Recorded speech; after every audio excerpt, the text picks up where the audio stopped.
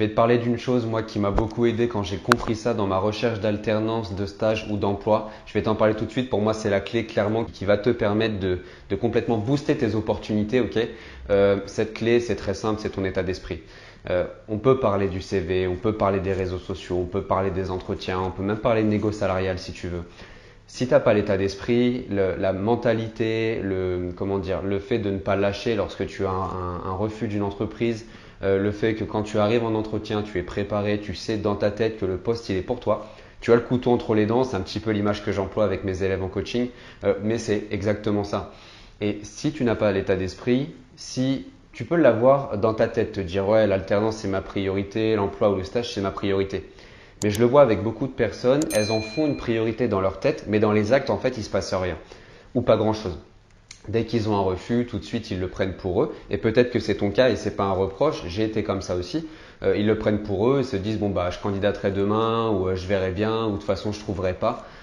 Si tu es dans cette optique-là, voilà, il y a de grandes chances que ça se passe pas super bien. Je dis pas que tu trouveras pas, mais que tu galères à mort. Alors que si tu te mets dans une posture, j'ai un refus, c'est pas grave, c'est juste que l'entreprise n'a pas compris que je pouvais lui apporter beaucoup. Tu te mets plutôt dans ce mode de pensée-là.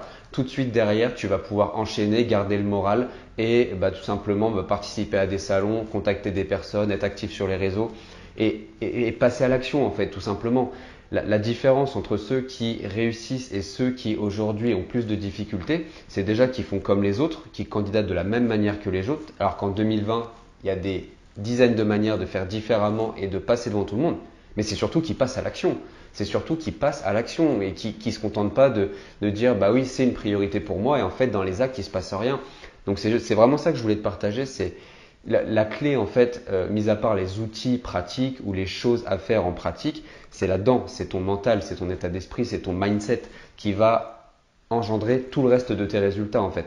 Je voulais juste te faire une petite vidéo là-dessus parce que pour moi c'est super important. Tout le monde parle tout le temps des outils, mais on ne parle même pas de la mentalité et de l'état d'esprit à avoir.